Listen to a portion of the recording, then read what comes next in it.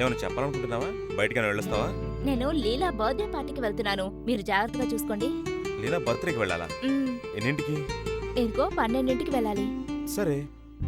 ఇంతకీ బేబు ఎక్కడికి వెళ్ళింది? తను కూడా నాతో పాటు బర్త్డే పార్టీకి వస్తుంది. అయితే నువ్వు బర్త్డే పార్టీకి వెళ్ళొస్తానంటావా? సరే, నువ్వు వెళ్ళొచ్చే లోపల నేను షూట్ పూర్తి చేస్తాను. నేను కూడా బయలుదేరుతాను. మీరు ఎన్నింటికి వస్తారు? అదే సాయంత్రానికల్లా ప్యాకప్ అయిపోతుంది. సరే.